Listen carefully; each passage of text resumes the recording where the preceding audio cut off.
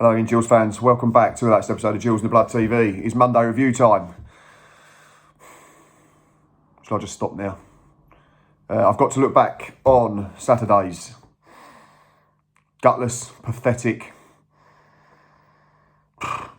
7-2 home hammering at the hands of Oxford United, where we conceded 4 penalties en route to our heaviest home defeat in Football League history. I will start at the beginning, and I promise to get to the end as quickly as possible. First 2 minutes was positive. That was it. Charlie Kelman snapshot from just on the edge of the box after a corner wasn't cleared properly, just drifted wide of the near post down at the Brian Moore end. And then after then, it was an absolute capitulation of the highest order from everybody, aside from maybe 2 or 3 wearing a Gillingham football shirt.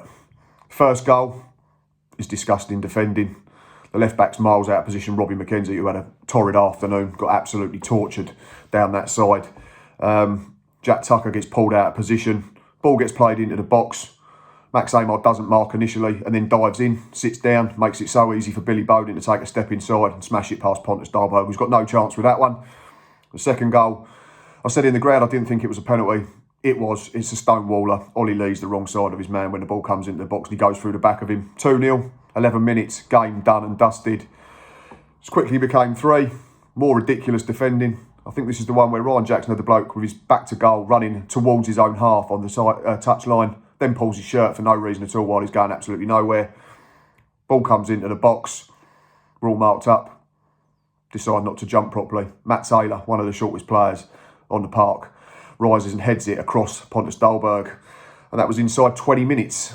So we managed to surpass Ipswich a few weeks ago, which was a performance that led to Steve Evans being sacked. Half-time team talk, I'm sure, would have been go out and restore some pride.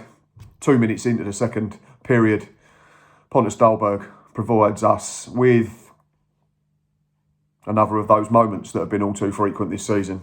Gets the ball in the box, drags it back away from the centre forward. I think it might have been Taylor. Then decides to take ages with the ball. Doesn't kick it. Has it pinched off him. Pushes the bloke over. There's a question over whether it's inside or outside the box. Doesn't matter. Just give him a penalty. Just for stupidity of the highest order. 4-0.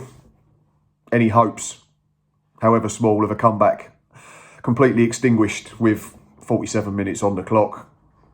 Then another penalty. Couldn't believe it. He sat there open-mouthed with Boz, dumbfounded. Jack Tucker weak defensively. Bottles a 50-50. Should head it out for a goal, not a goal kick, a throw-in into the Medway stand. Tries to pinch it. Gets nowhere near it. Man gets the wrong side. Jack Tucker bundles him to the floor. It's stonewall again. Brannigan sends Pontus Dahlberg the wrong way for a 3rd time. 6th goal. Probably the softest of the lot.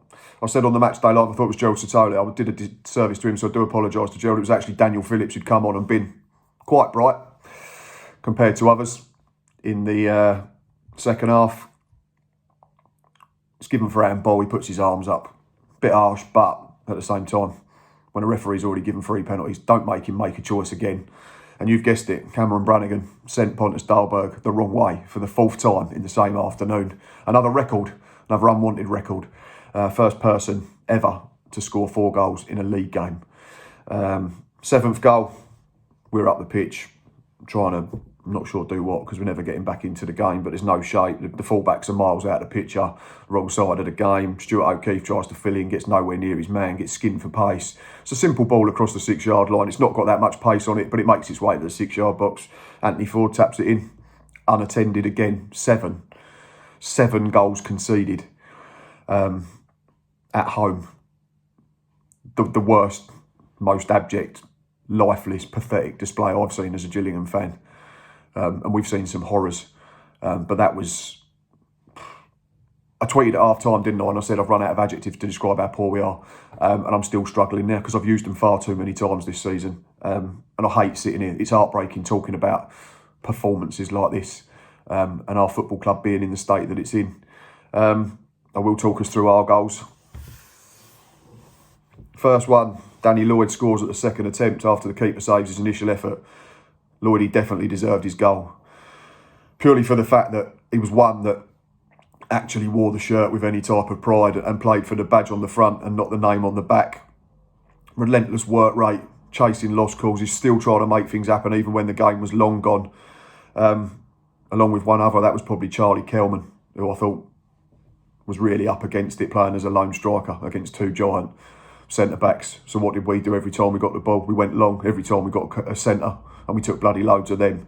Max Amar just whacked it up in the air. It's just brainless. You're playing a bloke who's a foot shorter than the centre-backs, and we keep doing the same thing that's not working. We keep making the same mistakes over and over again, defensively, offensively. We keep making the wrong choice. I get that confidence is low, but that wasn't even Sunday League defending yesterday. That made the Ipswich performance look polished. It was that bad. I spent all winter watching Australia declare against England in the cricket, and I thought I was going to watch Oxford declare yesterday afternoon, and they took pity on us. The goal's decent. It's a lovely clip round the corner, a flick from Charlie Kelman that gets Danny Lloyd in behind, and he's aware after the save is made initially from his first shot to tap in the rebound. We then had the fan running on the pitch. We then had fans being accused of chucking bottles onto the pitch. We're just a complete circus from top to bottom, an absolute shambles of a football club. And again, I can't keep saying it enough, it's heartbreaking, absolutely heartbreaking to sit and talk about it and watch it. And it's not a one-off, and that's the biggest concern. The second goal, I didn't realise Charlie Kelman's really unlucky. I thought Danny Lloyd had gone for goal and the keeper had made a save directly from his free kick, but I've watched the highlights back. Charlie Kelman gets a good glancing header on it, and it's a great stop from Stevens at fairly close quarters. Robbie McKenzie shows more awareness than he had all afternoon to head in the rebound to make it 6-2, and we still managed to concede another one after that, didn't we? Absolutely despicable. Like I've said, there was Danny Lloyd comfortably man of the match.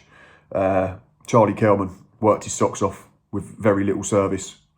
Daniel Phillips come on and had a modicum of impact second half, albeit Oxford had switched off by then and had stopped playing and were in second gear. And the only other one maybe was Carl Dempsey. Kept running and trying to make things happen, but a lot of time wasted possession. Just a horrible, horrible, horrible afternoon.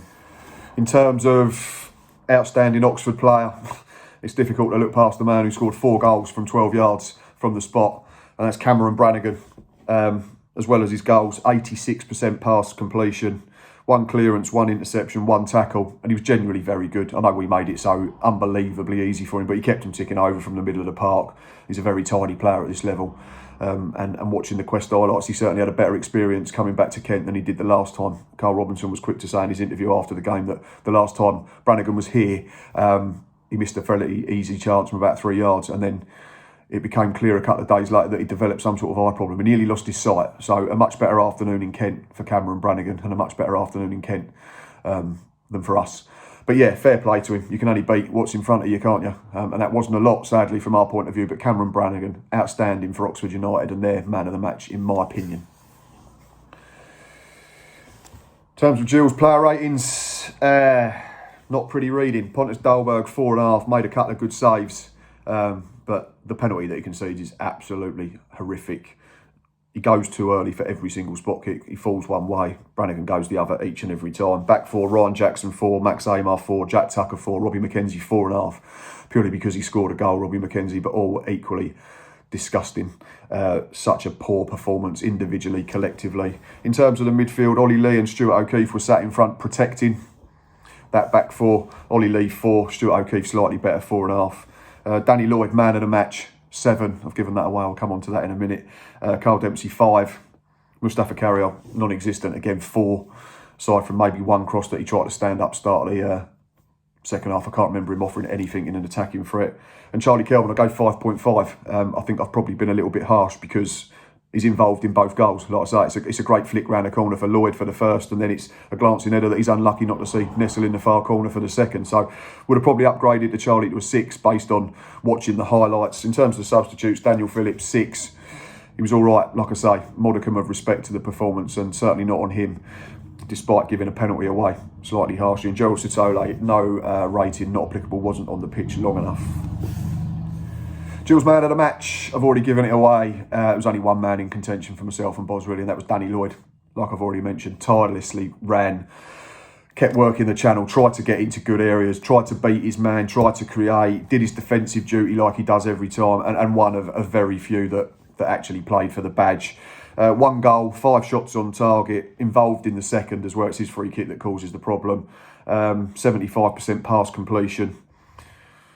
A typical Danny Lloyd performance, I think, isn't it? He's one of them players that you know is going to give 110% every time he pulls on the shirt. And we've always said as Gills fans that that's the bare minimum.